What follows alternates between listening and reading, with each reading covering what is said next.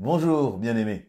J'aimerais aborder avec vous quelques pensées autour de nos imperfections et parfois, très souvent, notre sentiment d'indignité. Lorsque nous nous approchons de Christ dans nos premiers pas dans notre vie chrétienne, très souvent, nous sentons, nous ne sommes pas, quand on n'est pas encore baptisé par immersion, quand on n'a pas encore fait cette démarche publique d'engagement, on sent dans notre cœur ce désir de se donner à Christ, de passer par les eaux du baptême. Et nos pensées passent par toutes sortes, sont perturbées par toutes sortes de questionnements en se disant, je ne suis pas prêt, je ne suis pas digne, je ne suis pas encore, entre guillemets, suffisamment parfait pour me faire baptiser.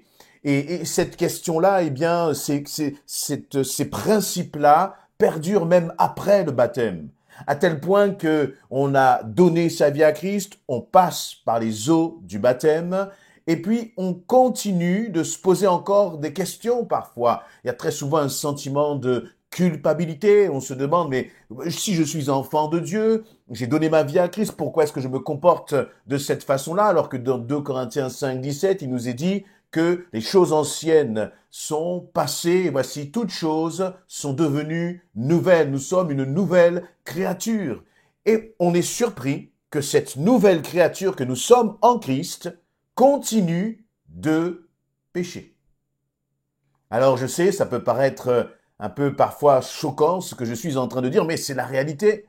Moi, en tant qu'enfant de Dieu, euh, euh, j'aime le Seigneur, j'aime sa parole, et pourtant, je pêche. La Bible nous dit que bien sûr que celui qui est en lui ne pêche plus, c'est-à-dire que celui qui est en Jésus, il a le pouvoir, il a l'autorité, il est délivré de l'esclavage du péché, c'est-à-dire de cette dimension de faire et refaire à chaque fois les mêmes péchés, comme si nous étions encore dans l'esclavage, comme si nous étions encore victimes du péché. Non, nous ne sommes plus victimes du péché et nous avons le pouvoir et l'autorité sur le péché. Mais la difficulté, c'est que bien trop souvent, nous nous mettons dans des situations qui nous font tomber. Nous refusons, par exemple, de nous éloigner de la tentation, où nous allons consulter, nous alimenter notre esprit, avec des choses qui ne glorifient pas le Seigneur. Ou, pas seulement cela, mais nous n'allons pas suffisamment justement nous affectionner aux choses d'en haut. Et je crois que c'est surtout cela. Si tu ne t'affectionnes pas aux choses en haut, tu auras beau être passé par les eaux du baptême, tu es un être de chair. Et donc cette chair va toujours te pousser à succomber, à tomber. Et lorsque je dis cela, je ne parle pas forcément de choses qui sont, entre guillemets, qui nous semblent graves. Le simple fait de mépriser, de négliger, pardon, la lecture de la Bible, c'est un péché. Le simple fait de négliger sa vie de prière, c'est un péché. Voyez, et notre chair va toujours avoir tendance à nous éloigner de ces choses spirituelles, de ces choses d'en haut. Et on est surpris, et on se culpabilise.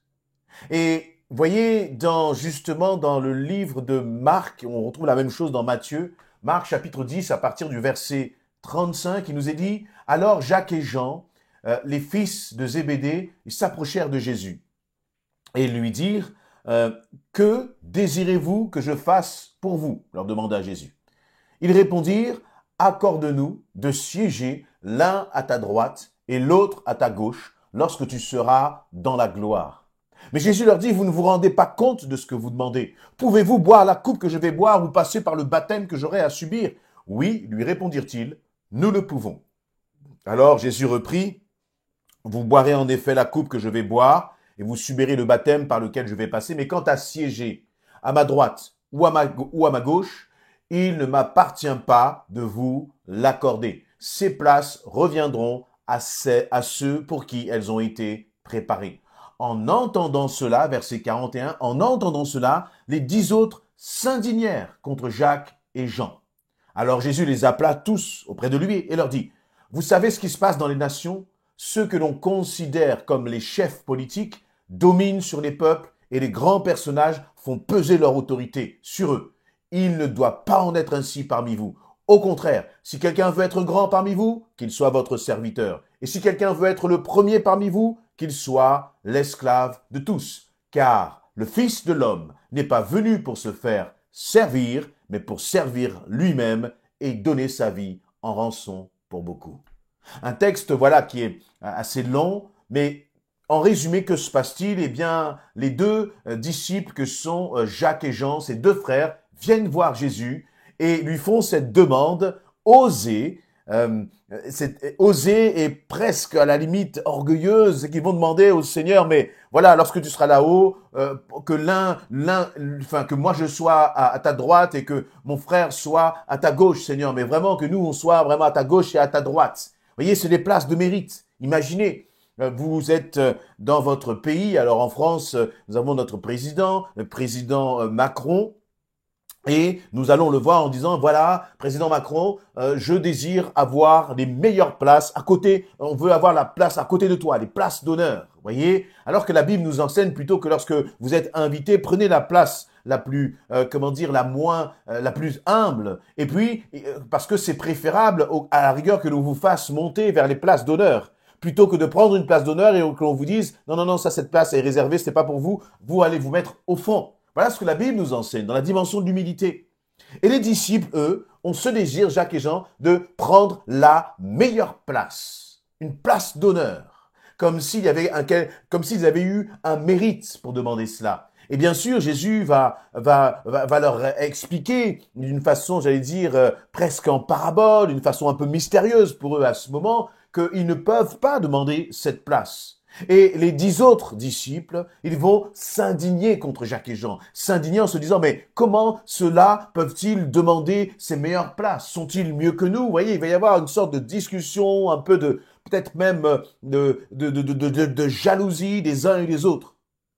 Nous sommes en train de parler là des disciples, des 12, c'est-à-dire de 12 hommes qui ont tout abandonné pour suivre Jésus-Christ. Nous sommes en train de parler là d'hommes qui sont passés eux aussi par les eaux du baptême, des vrais disciples, des hommes qui ont consacré leur vie pour suivre Christ, qui ont tout lâché pour suivre Christ.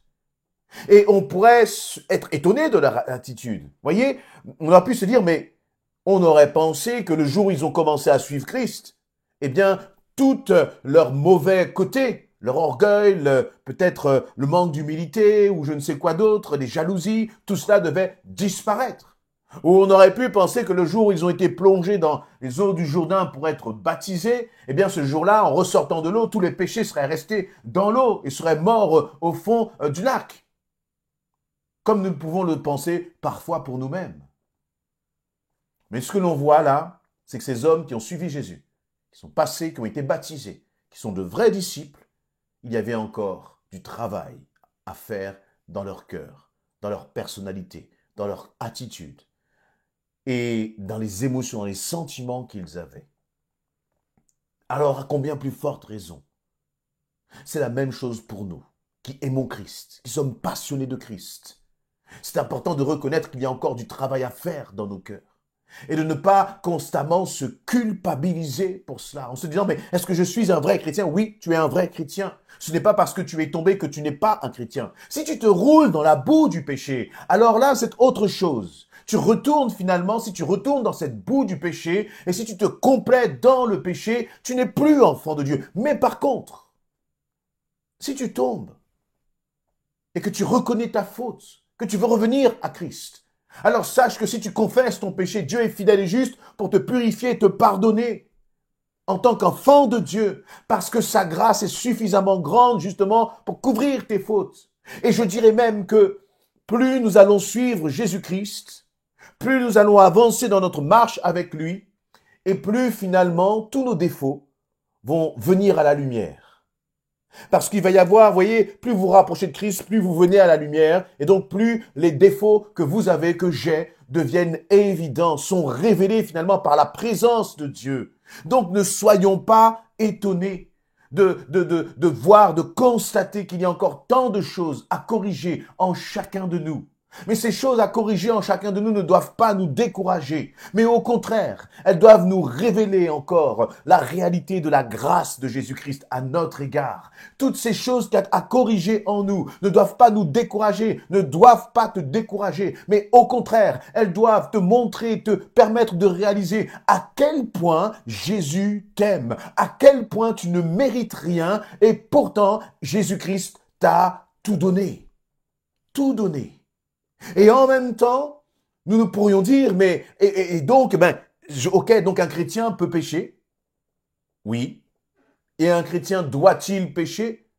Non. Pourquoi? Parce que même si tu es pardonné par Christ, même si la grâce de Christ te couvre, n'oublions jamais que tout péché a une conséquence sur nos vies. Si je mens à quelqu'un, cette personne peut me pardonner. Si je lui mens une deuxième fois, elle me pardonne une deuxième fois, une troisième fois, elle me pardonne une troisième fois. Mais à chaque fois qu'elle me pardonne, mon péché, oui, est effacé, d'accord. Mais la confiance est complètement détruite dans le cœur de l'autre. Mon péché est effacé, mais la confiance dans le cœur de l'autre est complètement détruite. Vous voyez, c'est comme un verre que vous prenez, que vous cassez, vous recollez les morceaux de verre, alors vous reconstituez le verre en recollant les débris. Mais lorsque vous regardez ce verre, vous voyez bien qu'il est fêlé, qu'il est plein de, comment dire, de cassures, qu'il est fragilisé. Et c'est la même chose avec le péché. Oui, Dieu nous pardonne à chaque fois. Oui, un chrétien n'est pas quelqu'un qui est parfait dans ses actes. Il est parfait par Christ qui te couvre. Mais nous ne sommes pas parfaits dans nos actes. Nous ne sommes pas parfaits dans nos pensées. Mais nous avons quand même la grâce de Dieu sur nos vies. Mais cette grâce ne nous permet pas de jouer avec le péché. Au contraire, nous devons aller marcher de sanctification en sanctification. La sanctification va consister là dans l'exemple que je suis en train dans le contexte que je suis en train de parler là. La sanctification va consister à rechercher les choses d'en haut, à rechercher à ressembler à Christ, à laisser finalement le Saint-Esprit prendre de plus en plus de place en nous parce que c'est le Saint-Esprit qui va opérer cette transformation. Ce n'est pas toi avec tous tes efforts, avec toute, ta capacité humaine qui va pouvoir te transformer, mais c'est la vie de l'esprit. Soigner, notre intimité avec le Seigneur, passer du temps avec le Seigneur. Et là, cela va alimenter le fruit de l'esprit en chacun de nous. Et nous n'allons plus chercher les places d'honneur, mais nous allons chercher à servir les autres, à être un instrument pour les autres, de bénédiction pour les autres. Mais surtout, ce que je voudrais que vous puissiez retenir, que nous puissions retenir, c'est ne soyons pas découragés dans notre marche avec le Seigneur. Plus nous allons suivre Christ et plus il va nous révéler les choses profondes qu'il veut transformer en nous. Alors ne soyons pas étonnés que tout ne disparaisse pas avec les eaux du baptême. Ne soyons pas étonnés que tout ne disparaisse pas en un instant, en un moment, quand on ressort du baptême, ou après 1 an, ou après 2 ans de conversion. La vie chrétienne, c'est une marche de transformation progressive, de métamorphose progressive. Et nous ne devons donc sur cette marche pas nous décourager, mais au contraire, nous réjouir de tout le travail que le Saint-Esprit a déjà opéré en nous et de regarder l'avenir en disant, Seigneur, compte tenu de tout ce que tu as déjà fait dans ma vie, je sais que tu continueras encore de me transformer. Parce que mon désir, c'est de te ressembler, Seigneur. Amen.